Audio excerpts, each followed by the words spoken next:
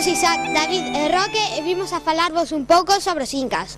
Unha civilización moi coñecida, moi interesante, pero a vez pouco coñecida. Cando na clase estábamos estudando a época dos descubrimentos xeográficos, pareceunos interesante profundizar nesta cultura. Este imperio aparece en América do Sur no ano 1300 despois de Cristo.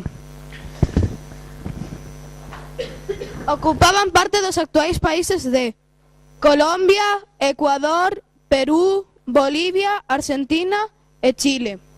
Esas son as respectivas bandeiras dos países e o escudo inca.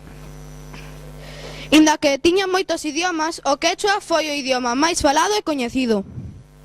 Foron conquistados polo exército do español, dirixido polo español Francisco Pizarro no ano 1533. Cando chegaron á zoa do imperio, moitos habitantes estaban fartos da dominación e estaban dispostos a aliarse cos españois para desfacerse da dominación inca. Para os españois recén chegados, foi un gran golpe de sorte. Os incas conviviron no tempo co imperio azteca que ocupaba o sur de México e os mayas, que eran un pouco anteriores. Estas tres culturas son as que atopou Cristóbal Colón cando chegou a América no ano 1492. O xefe do imperio era o Inca Fillo do Sol. Manco Cápac foi o primeiro gobernador, pero o término Inca chegou co seu neto Inca Roca. Como a xefes incas recoñécese os 14 que aparecen aí, pero crese que houve máis e foron borrados da súa historia por razóns descoñecidas. A súa capital foi Cusco, que en quechua o seu significado é o embigo do mundo. Esta cidade actualmente é coñecida como Cuzco e está en Perú. Estas son algunhas imaxes da cidade. Arriba, a miña dereita, a Praza Maior. Debaixo, unha praza de armas, ao lado unhas casas coloniais. Ese edificio da arriba da dereita é a catedral, abaixo unha vista panorámica de toda a cidade. A imaxe que queda é o Coricancho, un templo do que vos falaremos despois. Foron grandes agricultores e souberon cultivar máis de 70 especies de vegetais, entre múltiples variantes de patacas e millo, así como tomates, algodón, cacahuetes, cabazas e batatas. Utilizaron terrazas para aproveitar o faldeo dos cerros e círculos concéntricos para crear microclimas húmidos e lagoas.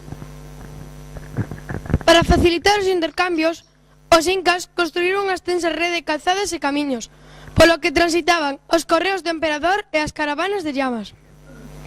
Os incas foron grandes astrónomos e centraron a súa observación no sol e nas estrelas. En base ao comportamento dos astros, lograron establecer patróns precisos para a sementeira e a colleita. Empregando construcións de pedras, como este reloxo solar de aí, souberon medir o tempo, predicir o clima e mesmo os eclipses. Montaron verdadeiros laboratorios científicos para os seus cultivos, logrando adaptar a supervivencia de diversas especies vegetais ás distintas alturas da xeografía do imperio. O constante avance da súa civilización estivo dado polo aprendizaxe que souberon ter sobre as culturas sometidas. En materia militar, aproveitaron o manexo que tiveron dos metais para crear armas poderosas como coitelos, machadas, ondas, mazas e macanas. Estas últimas consistían nunha bola de metal con princhos de estrela e un mango de madeira. Grazas a todas estas armas posuían un poderoso exército, pero non coñecían nin o ferro nin a roda. Os nosos curandeiros chegaron a practicar intervencións cirúrxicas para quitar osos fracturados, partículas de metal ou restos de armas nos cráneos dos guerreiros feridos. Empregaron unha ferramenta chamada tumi, hoy cortelo en forma de T, símbolo de deus da medicina. A ciencia da saúde baseouse na natureza, servíndose de animais e plantas para a cura das enfermidades atribuídas ao abandono do corpo que o espírito facía cando sufría un maleficio. Os incas non tiveron escritura alfabética.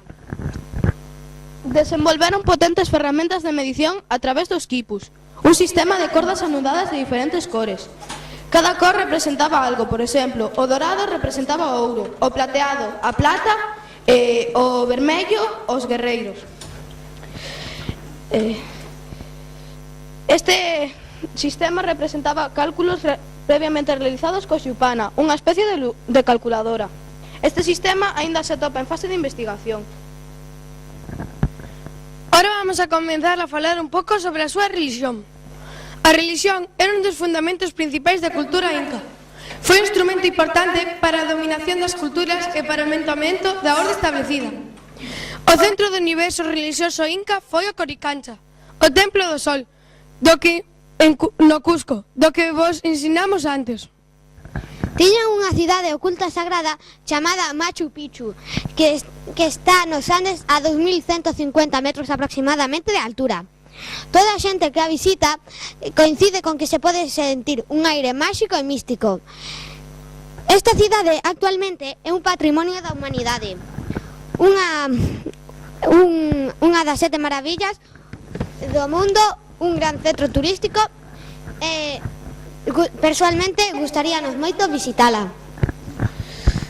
A súa religión caracterizouse polo seguinte: eran politeístas, isto é, que adoraban a varios deuses.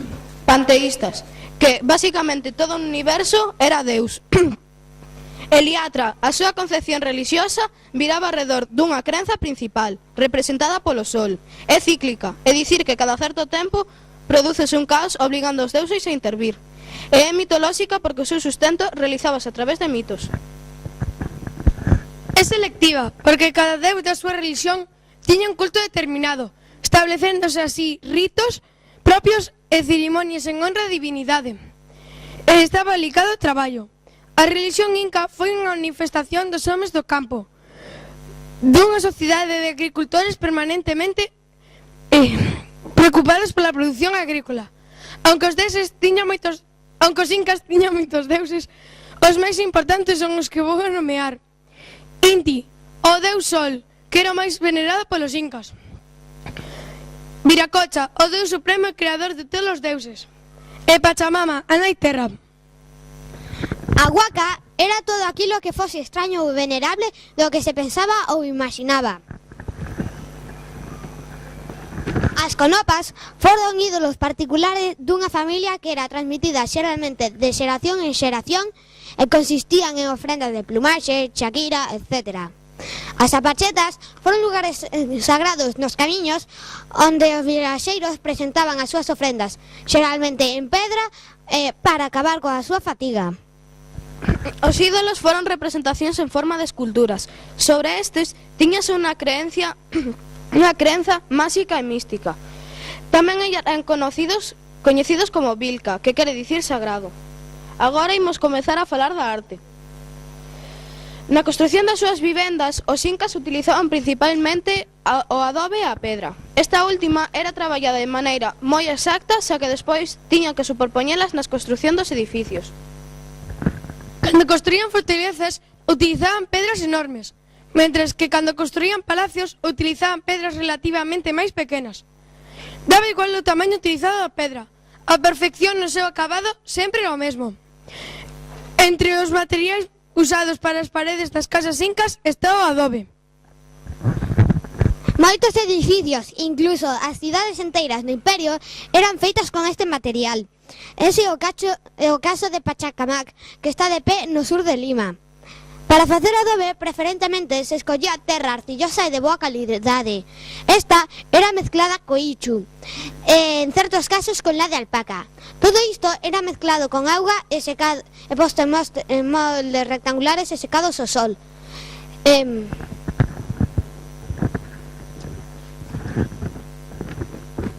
Os edificios de adobe ainda son preferidos nos Andes porque son fáciles de conseguir e así ter propiedades termais e ser cubertas con palla ou tellas. A cerámica inca, polo xeral, decoraba con representacións de cabezas de animais ou dibuxos geométricos ou diferentes cerros. Estes eran utilizados para facer culto aos deuses, para conter líquidos ou simplemente para adornar. Os incas eran expertos facendo teas, De feito, eran das mellores da cultura andina, que se caracterizaba polos seus deseños geométricos e cores brillantes da súa decoración. Ademais, o comercio baseábase principalmente no intercambio de tecidos. Os incas lograron facer unha gran variedade de prendas de vestir e obxectos cotiás. Tamén destacaron polos seus tapices e mantos de plumas. Eso que vedes aí a miña esquerda é unha prenda de vestir inca e a dereita son outras teas. Os incas caracterizáronse pola súa música. Agora imos vos a describir algúns dos seus instrumentos. O quena era un instrumento de uso moi generalizado, o cal se confeccionaba de distintas formas e materiais, sendo máis típico dunha soa peza con varios buratos e aberta en ambos extremos. É parecido a unha flauta, como aí podedes ver. O antara é un instrumento musical cuxo uso segue sendo moi estendido entre os músicos dos Andes. Este instrumento tamén é coñecido como flauta de pan, que se confeccionaba con canas e osos. O pututo é un instrumento musical confeccionado coa concha dun caracol mariño e esburatada na base por onde se sopra.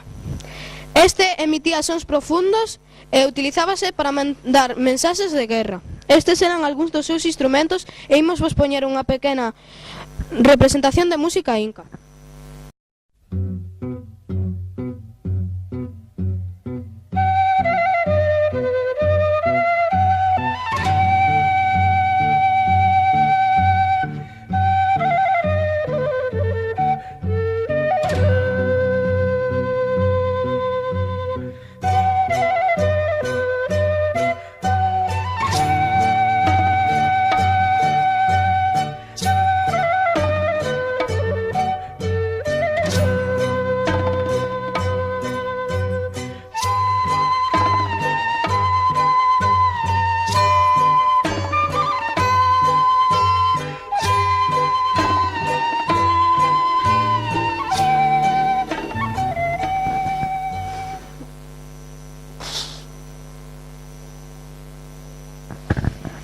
Esperamos que agora que entendedes algo máis sobre esta cultura entravos un pouco de curiosidade para estudiala.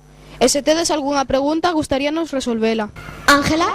Antes, cando falabades dos materiais, nomeáchedes o ichu. Que é? O ichu é unha especie de palla brava que crece sen que a planten. Luis Pérez? De que material están feitos os tecidos para roupa? Principalmente nós creemos que son de algodón e de lã de alpaca. A imaxe que tiñades antes, que era Cuzco visto desde as alturas, que había algo na montaña. É un montaxe ou realmente está grabado? Sí, porque non só está eso dibuixado, hai símbolos tamén. Aí pon viva ao Perú, pero tamén hai máis símbolos dibuixados nas montañas, entonces creemos que sí, que están grabadas nas montañas. Andrea? Antes, en unha imaxe, saía un instrumento que se chamaba flauta de pan. Por que o chaman así? Chámano así porque chámano así polo deus Pan, que da mitoloxía grega, que é o que o tocaba. Valeria? Que instrumentos puxeche hai na música? Dos que puxemos creo que pode sonar o quena, pero o pututo seguramente non soe porque emitía sons profundos e graves. Pode ser que a flauta de pan, que o dudo un pouco. Rafa? Chegaron a América a invadir ou xa foron evolucionando os povos e se convirtieron en incas? Pois foron evolucionando, eran antes do 1300 como despois de Cristo, como dixar, eran un pobo normal que foi expandíndose, conquistando novos territorios. Cosme? Pasa yo o micro, por favor. Ai, Cosme. Que nos sacrificios para que o facían aparte para que chova? Sacrificar unha persoa. Os indios. Nos incas e mayas, si sabías algo. Eso.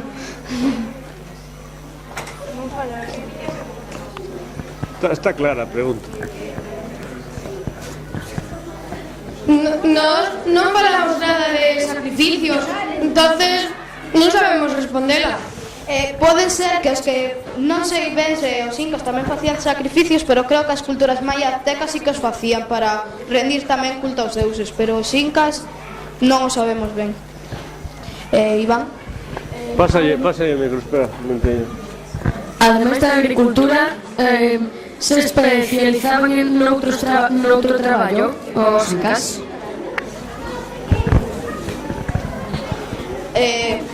Especializábanse tamén nos tecidos, na astronomía e